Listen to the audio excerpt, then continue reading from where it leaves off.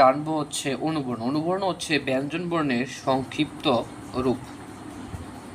স্বরবর্ণের সংক্ষিপ্ত রূপকে বলা হয় কার, এবং ব্যঞ্জন বর্ণের সংক্ষিপ্ত রূপকে বলা হয় অনুবর্ণ। এই অনুবর্ণের মধ্যে রয়েছে ফলা, রেফ ও বর্ণ সংক্ষেপ। অনুবর্ণকে আবার তিনটা ভাগে ভাগ করা হয়েছে। অনুবর্ণ অর্থাৎ এটার মধ্যে তিনটা জিনিস রয়েছে। একটা হচ্ছে ফলা, যা আমরা ছোট থেকেই পড়েছি, ফলা। আরেকটা হচ্ছে রেফ,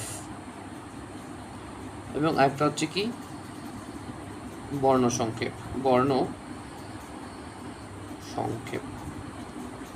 ফলা কি? ফলা হচ্ছে ব্যঞ্জন বর্ণের কিছু সংক্ষিপ্ত রূপ অন্য ব্যঞ্জনের নিচে অথবা ডান পাশে ঝুলে থাকে। অর্থাৎ আমরা ফলা বলতে বুঝি ব্যঞ্জন বর্ণের সংক্ষিপ্ত রূপ। ব্যঞ্জন বর্ণের সংক্ষিপ্ত রূপ যার ব্যক্তিগত কোনো অর্থ নেই, যা হচ্ছে অন্য কোনো ব্যঞ্জন বর্ণের বা পাশে, ডান পাশে বা উপরে বসে একটা অর্থ প্রকাশ করে। আমি একটা কথা বলতে ভুলে গেছি, কার কিন্তু কখনো স্বরবর্ণের সাথে যুক্ত হয় না, সর্বদাই ব্যঞ্জন বর্ণের সাথে যুক্ত হয়। এখন ফলা কোনগুলো? আমরা আসলে ফলা বলতে বুঝি নফলা, বফলা,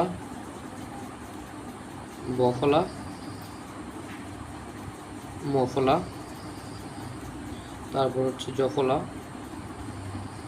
রফলা এবং হচ্ছে লফলা। নফলাকে ছোটোভাবে প্রকাশ করা হয় এবং এটা হচ্ছে কোনো একটা বর্ণের নিচে যুক্ত থাকে, এবং বফলাকে ছোট্ট একটা বর মধ্যে প্রকাশ করা হয়, যা হচ্ছে কোনো একটা বর্ণের নিচে থাকে। মফলা হচ্ছে এরকম, যা কোনো একটা বর্ণের নিচে থাকে, দেখতে হচ্ছে দন্তান্নর মতো হলেও দন্তান্ন নয়।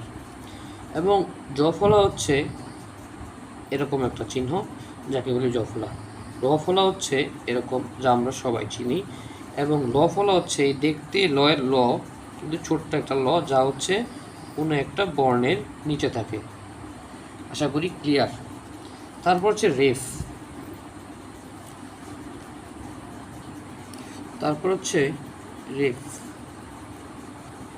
রেফকে আমরা সবাই চিনি, কোনো একটা বর্ণের উপরে বসে একটা অর্থ প্রকাশ করে, যাকে হচ্ছে এই চিহ্নের মাধ্যমে প্রকাশ করা হয়। এখান থেকে আর কোনো কিছু নেই। এবং সর্বশেষ হচ্ছে বর্ণ সংক্ষেপ। বর্ণ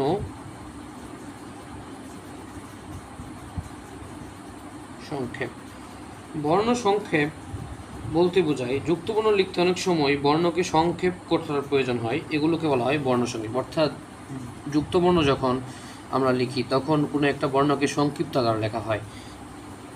যেমন বর্ণ সংক্ষেপ ওকে এই ছোটো করে লেখা হয়, এবং হচ্ছে দকে উপরে ছোটো করে লেখা হয়, এবং হচ্ছে দন্তন্যকে উপরে ছোটো করে লেখা হয়, এবং হচ্ছে এটাকে ছোটো করে লেখা হয়। তারপর হচ্ছে এই যে মূর্ধন্যস্যকে উপরে ছোটো করে এভাবে লেখা হয়, দন্তস্য। আমি যদি এটার একটা এক্সাম্পল দিই তাহলে আরও সহজভাবে বোঝা যাবে।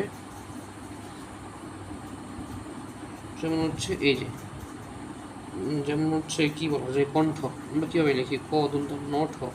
এখানে আমরা দন্ত নটা খুব ছোটো করে লিখেছি না, এবং এটাই হচ্ছে কি বর্ণসংক্ষেপ। এখানে বর্ণসংক্ষেপ কি দন্তন্য।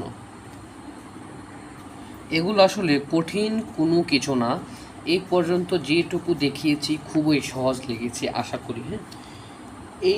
এখন আমরা বলবো এই মধ্যে সবচেয়ে সর্বশেষ এবং সবচেয়ে সহজ টপিক, সেটা হচ্ছে যুক্তবর্ণ, যা আমরা প্লে নার্সারি থেকে পড়ে আসতেছি। যুক্তবর্ণ বলতে আমরা সহজভাবে কী বুঝি? যুক্তবর্ণ বলতে বুঝি একাধিক বর্ণ পরস্পরের সাথে যুক্ত থাকে। অর্থাৎ একাধিক বর্ণ পরস্পরের সাথে যুক্ত, একাধিক বর্ণ পরস্পরের সাথে কি যুক্ত বর্ণ দুই ধরনের হয়।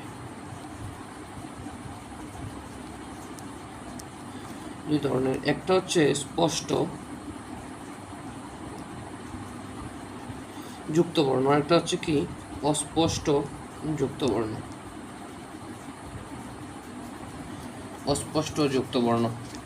স্পষ্ট যুক্তবর্ণ হচ্ছে কোনগুলা? যেমন লিখলাম আমি হচ্ছে কণ্ঠ।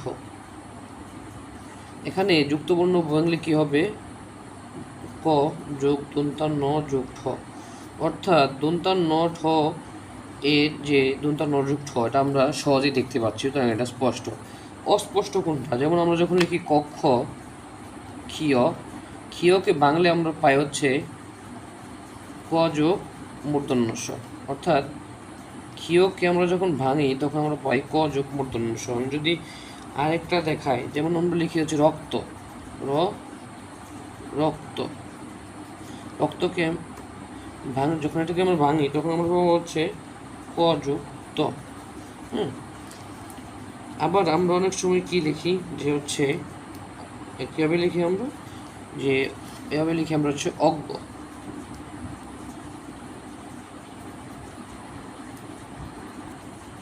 আমরা একটা শব্দ জানি সেটা হচ্ছে উষ্ণ।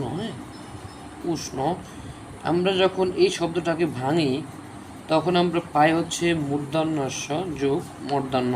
সুতরাং এটি একটি অস্পষ্ট, যা আমরা দেখে বুঝতে পারতেছি না, কিন্তু এখানে আমরা কণ্ঠ দেখে বুঝতে পারতেছি দন্তান্ন যোগ ঠ হবে, এটুকুই যুক্তবর্ণ। এখানে বইয়ে অসংখ্য দেওয়া আছে স্বচ্ছ যুক্তবর্ণ কোনটি, অস্বচ্ছ যুক্তবর্ণ কোনটি। পরীক্ষায় আসলে এখান থেকেই কোনো না কোনো একটা আসবে, এর বাইরে থেকে কোনোটা আসবে না। তারপর আরেকটা টপিক আছে সংখ্যাবর্ণ।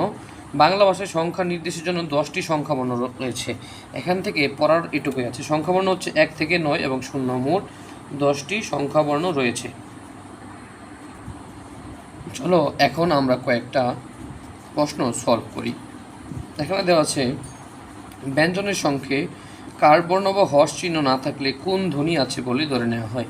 তোমরা সবসময় মনে রাখবে, ব্যঞ্জন বর্ণের সঙ্গে যদি কার বর্ণ বা হর্ষ চিহ্ন না থাকে তাহলে সর্বদাই স্বর একটি ধ্বনি থাকে বলে আমরা ধরে নিব। এটা হচ্ছে বইয়ের মধ্যে আছে, তোমরা বই খুললেই পাবা।